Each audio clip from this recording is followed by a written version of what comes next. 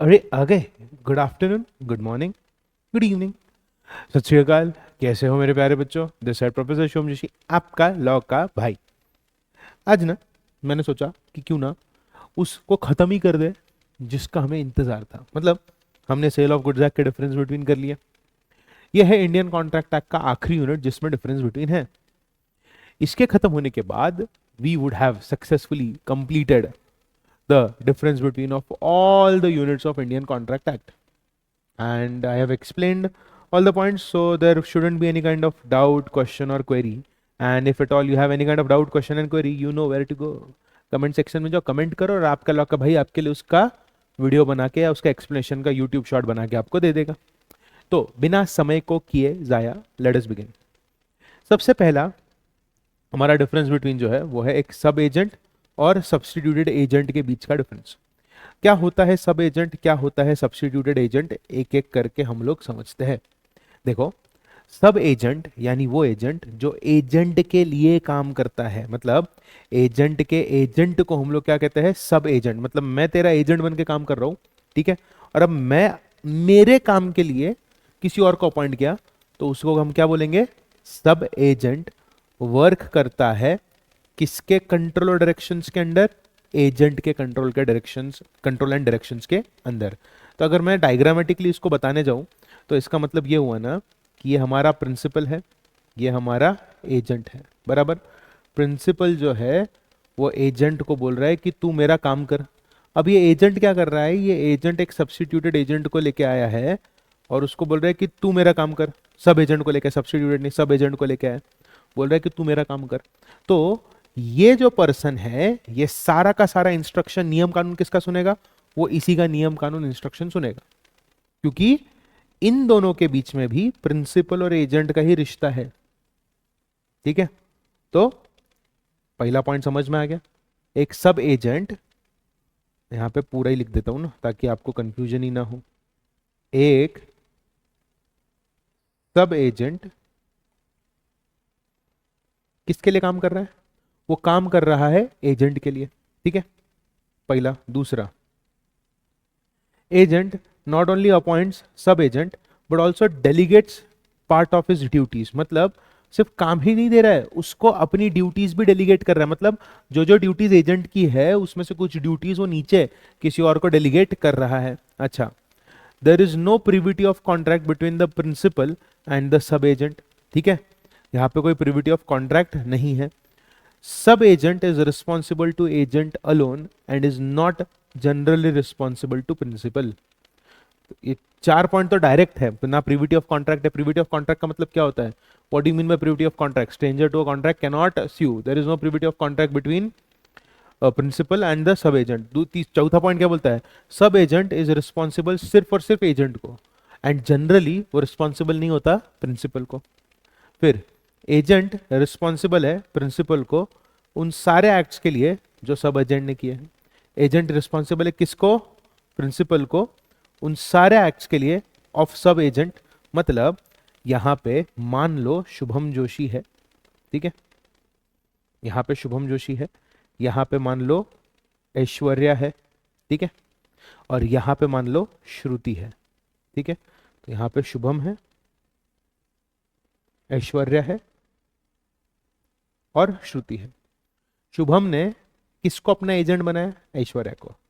ऐश्वर्या ने किसको अपना काम डेलीगेट किया? श्रुति को किया।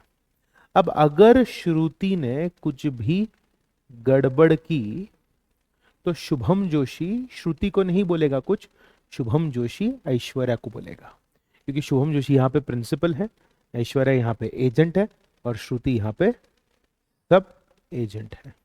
आई होप दिस इज क्लियर। और यही इस लाइन में लिखा हुआ है, agent is responsible to the principal for the acts of sub agent. मतलब अगर सब एजेंट ने कुछ भी एक्ट किया तो एजेंट ही रिस्पॉन्सिबल रहेगा प्रिंसिपल को। मतलब मैं बोलूंगा ऐश्वर्या आपकी वजह से ऐसा हुआ है, उसने वो किया है, मुझे नहीं मालूम उसने, उसकी गलती है क्या है, मेरा नुकसान हुआ है, आप जिम्मेदारी उठाओगे। Is this clear? उसके बाद आता है सब एजेंट के पास कोई राइट ऑफ एक्शन नहीं होता against the principal for remuneration due to him. मतलब अगर मान लो ऐश्वर्या ने कुछ पेमेंट करना था श्रुति को, ऐश्वर्या ने कुछ पेमेंट करना था श्रुति को और ऐश्वर्या ने वो नहीं किया, अब टेक्निकली स्पीकिंग श्रुति भी जो गुड्स बेच रहे हो मेरे ही गुड्स है ना, मैंने मेरे गुड्स ऐश्वर्या को दिया, ऐश्वर्या ने वो गुड्स श्रुति को दिए, तो बेच तो श्रुति मेरी गुड्स रही है। तो अगर श्रुति को पैसा नहीं मिला तो क्या श्रुति शुभम को आके स्यू कर सकती है? नहीं कर सकती। वही यहाँ पे लिखा हुआ है। मैं लायबल नहीं हूं, उसने तेरे को काम पे रखा है, उसको जाके बोल, उसने खुद का काम तेरे को डेलीगेट किया है। उसके बाद सब एजेंट्स में भी इम्प्रॉपरली अपॉइंटेड, और एजेंट लायबल रहेगा for acts of sub agent as long as सब एजेंसी कंटिन्यूज। खत्म। पहला पॉइंट तो क्लियर है सारा, सब एजेंट वाला इजी है। अब बात करते हैं सब्सटीट्यूटेड एजेंट। सब्सटीट्यूट का मतलब क्या होता है? मेरी जगह पे ही है। सब एजेंट का मतलब क्या होता है? मेरा काम ये कर रहा है। सब्सटीट्यूट मतलब देखो मेरे को इतना इतना नॉलेज है, इसके आगे का नॉलेज मुझे नहीं है, मैंने एक पर्सन को लाया है, ये स्मार्ट है, ये एक्सपर्ट है, ये आपको बताएगा। मैं आपको एक एग्जांपल देता हूँ, एग्जांपल से आपको समझ में आ जाएगा मैं क्या बोलने की कोशिश कर रहा हूँ। मान के चलो कि मेरे पास मेरा कोई एजेंट है, ये है शुभम, ठीक है। शुभम का एजेंट है मिस्टर प्रथम, ठीक है। शुभम का एजेंट कौन है? प्रथम है। तो शुभम जोशी यहाँ पे प्रिंसिपल है और प्रथम जो है यहाँ पे उसका एजेंट है। शुभम जोशी ने प्रथम को बोला, प्रथम देख मेरे लिए सबसे बेस्ट शिप जो होती है ना, कार्गो शिप, वो ढूंढ के लेके आ। मुझे एक बड़ा शिप चाहिए कार्गो का जिसमें गुड्स डाल के लेके जाओ, वो ढूंढ के लाने की रिस्पॉन्सिबिलिटी तेरी। प्रथम ने बोला ठीक है। अब प्रथम जब शिप्स देखने गया तो उसको समझ में आया कि अपना एक्सपर्टीज ही नहीं है। शिप बड़ा है, अच्छा है, इससे कुछ नहीं होता, शिप के बारे में भी बहुत सारा नॉलेज होना जरूरी है। तो प्रथम क्या करता है? प्रथम शुभम जोशी को बोलता है कि मुझे तो नहीं पता, but there is a guy, let us say whose name is Rituj, जो शिप एक्सपर्ट है और इसका मार्केट में बहुत रेपुटेशन है, ठीक है। तो अब शिप एक्सपर्ट ऋतुज को लेके आया प्रथम, तो क्या प्रथम का काम ऋतुज कर रहा है? हाँ। पर क्या ये प्रथम का एजेंट है? नहीं। मैंने प्रथम से जो काम करवाना था वो सब्स्टिट्यूट करवा दिया है थ्रू ऋतुज, तो ऋतुज यहां पे बन जाएगा हमारा substituted agent. I hope this is clear to you all. I hope this is clear to all. तो सब्स्टिट्यूटेड एजेंट किसके इंस्ट्रक्शन पे काम करता है? प्रिंसिपल के इंस्ट्रक्शन पे काम करता है। सब एजेंट किसके इंस्ट्रक्शन पे काम करता है? हमारे एजेंट के इंस्ट्रक्शन पे काम करता है। यहाँ पे एजेंट ने कोई काम डेलीगेट नहीं किया है, ठीक है, टू सब्स्टिट्यूटेड एजेंट, वहां पे डेलीगेट किया था। यहाँ पे privity of contract is establish between principal and substituted agent. Privity of contract establish होता है। A substituted agent is responsible to principal and not to the original agent who appointed him, ठीक है। तो substituted agent किसको responsible रहेगा? मतलब अगर ऋतुज ने गलत शिप चुना तो क्या मैं प्रथम को स्यू कर सकता हूँ? नहीं। मैं क्या स्यू कर सकता हूँ? ऋतुज को। हाँ। क्या ऋतुज ऐसा बोल सकता है कि नहीं बट मुझे तो प्रथम लाया था? नहीं। ऋतुज को मैं स्यू कर सकता हूँ। Is this clear? Is this clear? Is this clear? अच्छा, उसके बाद आता है agent is not responsible to principal for acts of substituted agent.